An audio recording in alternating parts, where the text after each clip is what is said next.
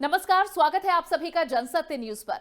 बिहार चुनाव के बाद एआईएमआईएम मुसलमानों की राष्ट्रीय स्तर की पार्टी बनकर उभरी। इसकी झलक हैदराबाद नगर निगम चुनाव में दिख रही है।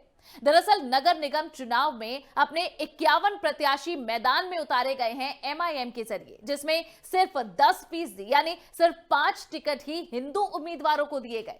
मतलब साफ है, ओवैसी बातें तो करेंगे जय भीम जय मीम की, मगर टिकट देते हैं सिर्फ मुसलमान उम्मीदवारों को।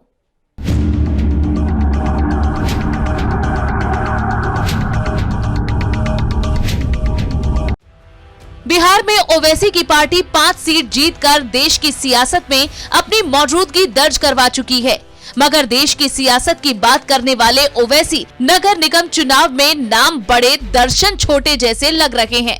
आज ये मुहावरा असदुद्दीन ओवैसी पर फिट बैठता दिखाई दे रहा है।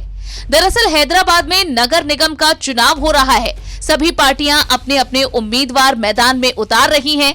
ऐसे में असदुद्दीन ओवैसी की पार्टी एआईएमआईएम ने भी चुनावी मैदान में 51 प्रत्याशी उतारे, जिनमें से महज 5 टिकट हिंदुओं को दिए गए। ऐसे में सवाल उठना लाजमी है कि देश की सियासत की बात करने वाले ओवैसी की ये कैसी सियासत है, जिसमें हिंदू समुदाय के लोगों को महज 10% ही टिकट दी जाती है।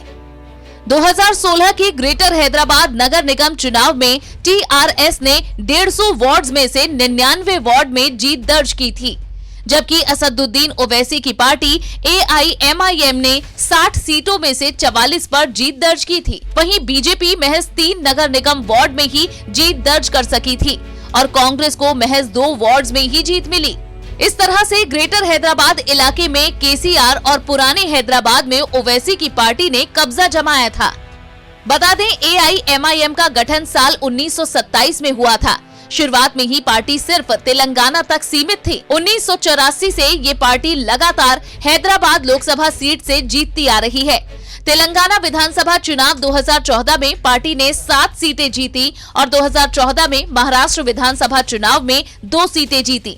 तेलंगाना और महाराष्ट्र के बाद पार्टी की बिहार में जीत के बाद हौसले बुलंद हैं।